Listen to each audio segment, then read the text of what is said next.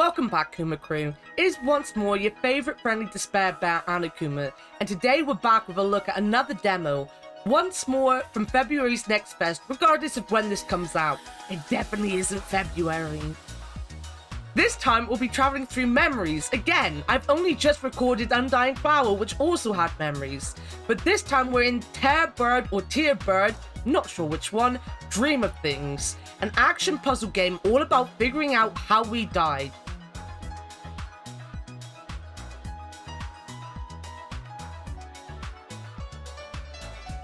Yes, that is the concept. We are dead. We don't know how or why, but we are, and we're going back into the real world to piece together just what happened to us and our Jester friend here. Whilst that is a very short summary of what is going on, it is really the only summary we have. We get to see, I guess, moments before our death, and then we wake up in a white room with this Jester, who ends up being a friend of ours? Using some sort of machine, we're able to talk to inanimate objects in the real world who have some sort of wish they need to be fulfilled. Neither us nor the Jester understand what is going on, or why my shower curtain knows me so well, or even why my bathroom mirror wants to be a clown, but we're rolling with it, I guess. A very simple concept for a game that might not be all that simple puzzle-wise, but that's in a good way. But also, why does my mirror want to be a clown?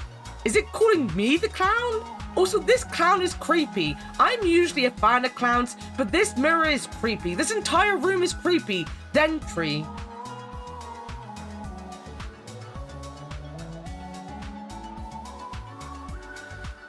Before I talk about the puzzles, I want to talk about the one thing that really interested me in this, and that is the cutscenes. There were two in the game. One was a very 90s Saturday morning cartoon vibe that actually instantly made me think of one of my all-time favorite games, Toonstruck, with a wonderfully animated scene showing the Jester finding our body.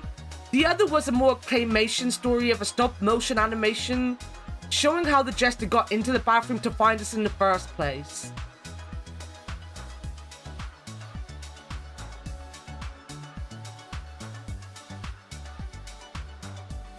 We also get more comic book-like smaller moments in our memories where we get to piece together what these inanimate objects actually are to us, which is fantastic, and that might be the big selling point to this game. That is not to say the puzzles aren't good, we're still to get to the puzzle aspect, but it shows that some real love has gone into the story, even if it gets overshadowed by the main bulk of the game, that is the puzzles themselves. Tear Bird have gone out of their way to incorporate different styles into the game, to flex their muscles, and to give the game a very unique feel to it. That being said, I can't say much about the story, because I don't really know what is going on. In some ways, it is like a weird drug trip, and whilst I get that we're trying to regain our memories and learn how we died, I still don't know how any of this all pieces together. Where the hell are we? What are we really doing, or how deep the story and game in general will go, are a mystery to me. Nothing really gets explained all that well in the game, and whilst I enjoyed that to a point, at some point something needs to make sense, right? Now the main game is in 3D with a very common looking 3D puzzle game look to it. Nothing special, nothing bad about it. We get to see a few rooms, and I quite like the imagination. The magic show where you have to help by putting a chair behind a door for the shower curtain, and then seeing the audience is actually just made up of chairs. The big door that has fallen over and is stopping a sapling from growing. In many ways, it has this Alice in Wonderland beauty to it, where you see the world in a much more childlike way. It is all twisted and contorted to fit in with whatever object needs help, and I'm sure there is an underlying message to all of this.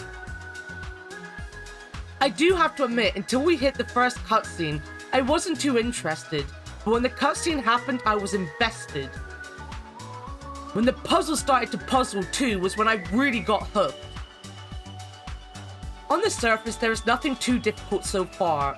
It feels weirdly hard until you finally get all the pop-ups to let you know how it all works. The shower curtain is your tutorial in some ways, as it is a very straightforward puzzle.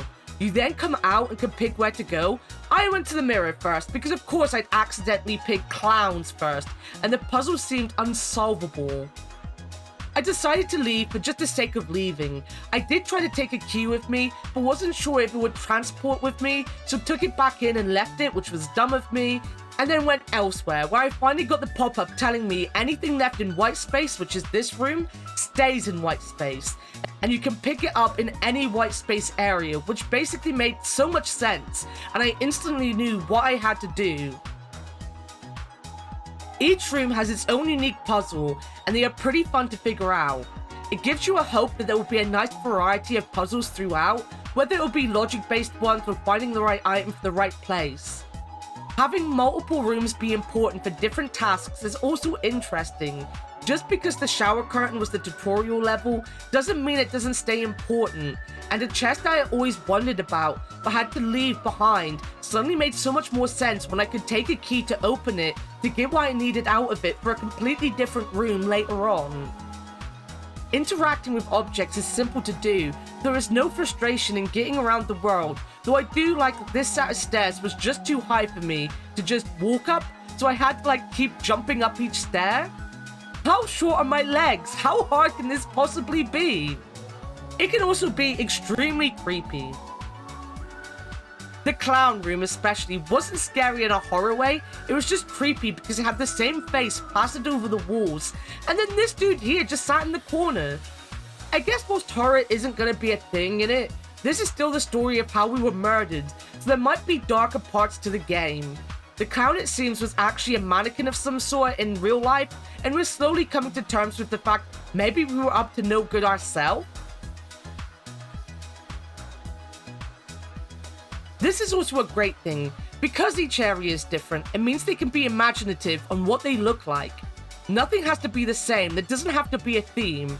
One room could be a fantastical, whilst another is creepy, and yet another is just a bunch of chairs watching a magic show. There is no limit to what they could do, though I have noticed the overall carnival theme, what with our friend being a jester and all the magic and clowns, so we'll see how that goes. Overall though, it was just a pleasant little adventure.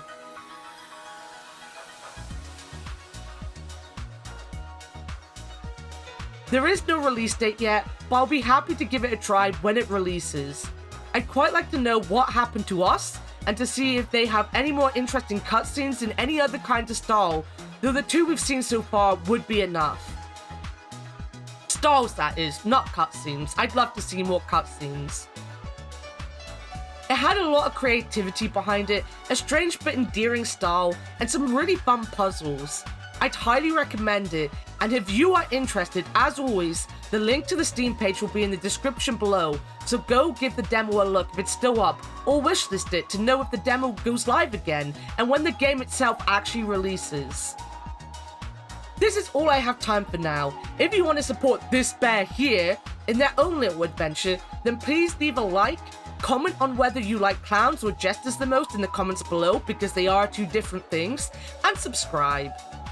You can also follow me over at twitch.tv/Annakuma, where I stream games 5 days a week, and do like a good puzzle game. Until next time, my friends, thank you for watching, and bye-bye.